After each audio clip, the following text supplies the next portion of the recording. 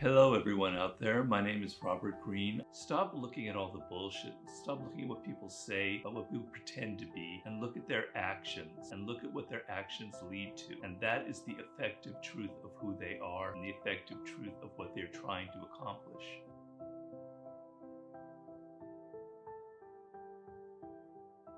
I wanted to talk about a few things today. The first subject I wanted to cover is something that kind of fascinates me.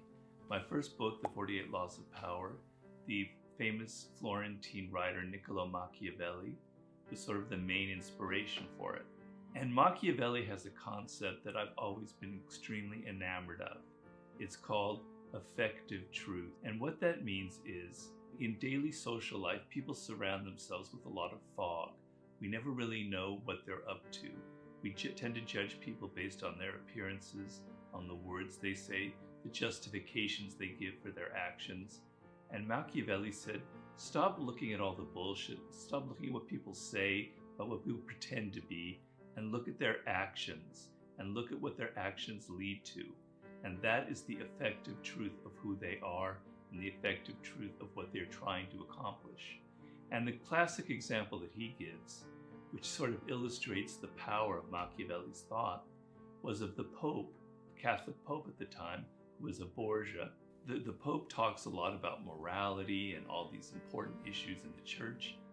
So the Catholic Church is really about accumulating power and wealth, and that is the effective truth of who they are, which was an incredibly revolutionary statement at the time. So I like to use the concept of effective truth in my daily life, in judging people, in judging their level of power, in judging their intentions, and in judging their character. So I want to go a little bit into each of those ideas. The first thing is, whenever a group of people are organized in some fashion in a company or wherever, there are power dynamics.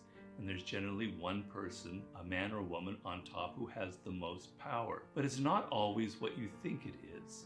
Sometimes the people behind the scenes, sometimes the people who are not so loud, are the ones who really are controlling the dynamic in a situation. I remember when I worked in Hollywood, for instance, and all the attention was on the director, as if he, in this case it was a man, was the one that was creating this quote-unquote work of art. But when I looked at it and I saw the situation, it was clearly the people who controlled the money who had the power. It was the producers and the financiers who ultimately decided this is what the movie should be about, this is what the ending should be like, this is how it should be edited. So instead of getting caught up in the glamour and glitz of Hollywood, I saw that you have to follow the money. As they used to say in French, cherchez la femme, look for the woman in a crime to see what was the source of the crime. I always like cherchez l'argent, look for the money, who controls the purse strings. That is where true power lies. Oftentimes, so for instance, in social media, somebody will be a quote-unquote influencer with lots of attention, lots of likes, lots of people, promoting them, etc. And they seem to be powerful, but the truth is they have to continually play to the audience. They have to be very clowny. They have to be very outrageous. They have to do lots of things to get people attention. They're not creating trends. They're not creating fads.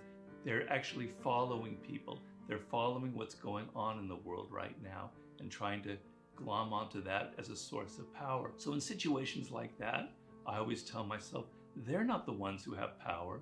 It's actually the public that has the power that's kind of directing them to do what they have to do. And so a classic example of this for me, because often you see this in politics, is you look at somebody like a Vladimir Putin, who would appear to be an extremely powerful person, and he is, seemingly having absolute power.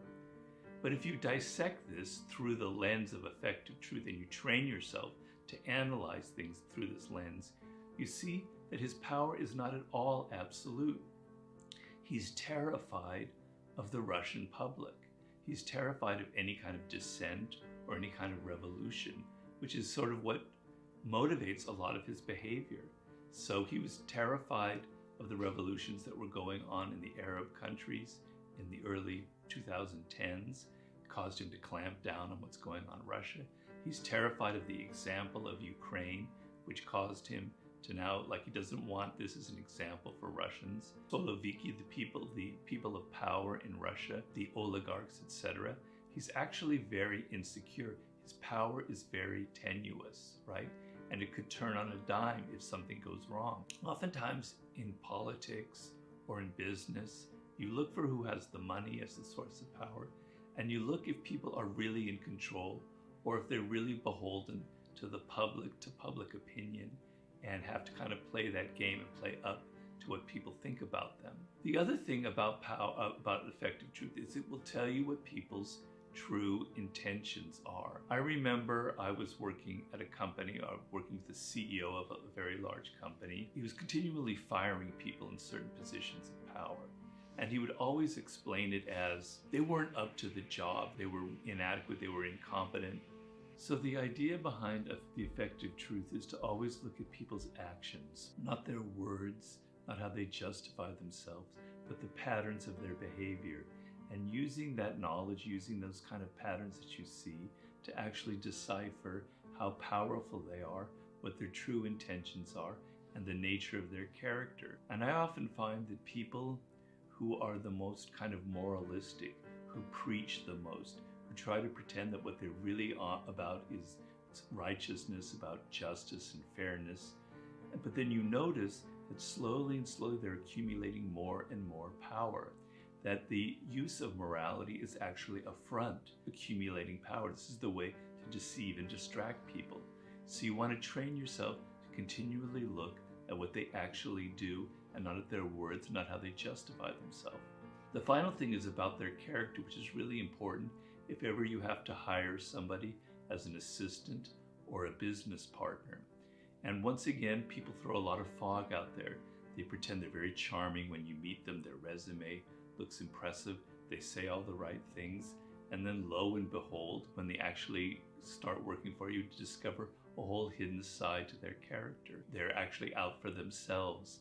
They're actually trying to get control over the company or whatever, or they can't be criticized, or they're very fragile, etc., and they're a nightmare. And so you want to stop paying attention to what people say about themselves. You want to train yourself to not look at their charming, charismatic exterior, and instead judge them on some of the nonverbal cues that come up. But more importantly, look at their patterns of behavior. Look at things that have happened in the past. I often tell people that I consult with, even in the job interview process, you can inflict a little bit of stress on the person you're interviewing them. Make them a little nervous, make them a little tense with kind of the direct questions you ask, and see how they respond. Do they get all defensive, etc.? And a very good thing to note is, can people say, actually, I don't know the answer to that. I'm not really prepared to answer. I'd have to think about it.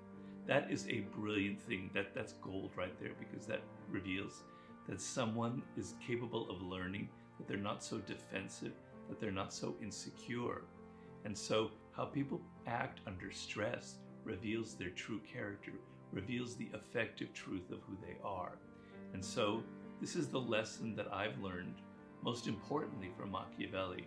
Through that lens, I judge the news. For instance, one thing I forgot is I look at what Elon Musk is doing with Twitter, a classic example. What's he really up to? And at first it seems like it was a power move to take over Twitter.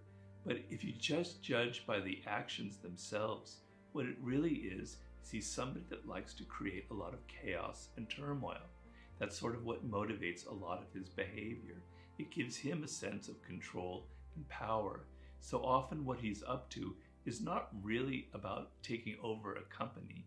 It's about exercising his influence to himself and to the world and creating a bit of chaos that he always likes to exploit. So I use this as a way to analyze people in the news, to analyze if I enter an office situation or a group, to see who really has power, who really has control, and to judge people for what's behind the facade that they present to the world and what's the true nature of their character.